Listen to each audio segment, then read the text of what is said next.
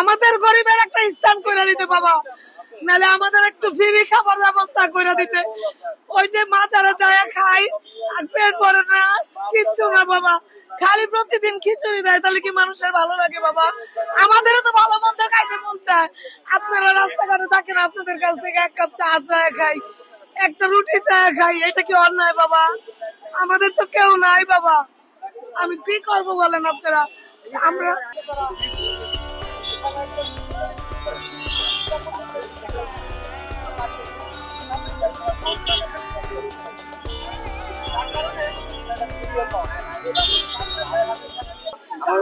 আশেপাশে কোনো ইয়া নেই আমাদের।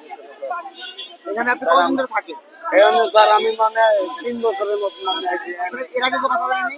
জি না, আমি এই জায়গায় আইসা এই জায়গায় সমস্ত পোলা বানিয়ে গেছে, আপনারা আছেন আমার দেশের পোলা, আমার নদী সব নিয়ে গেছে, আমার মা নাই বাপ নাই, জগতে কেউ নাই, আমার এই স্ত্রী স্যার আমার একটা ছেলেও নাই, আমার দেখবো।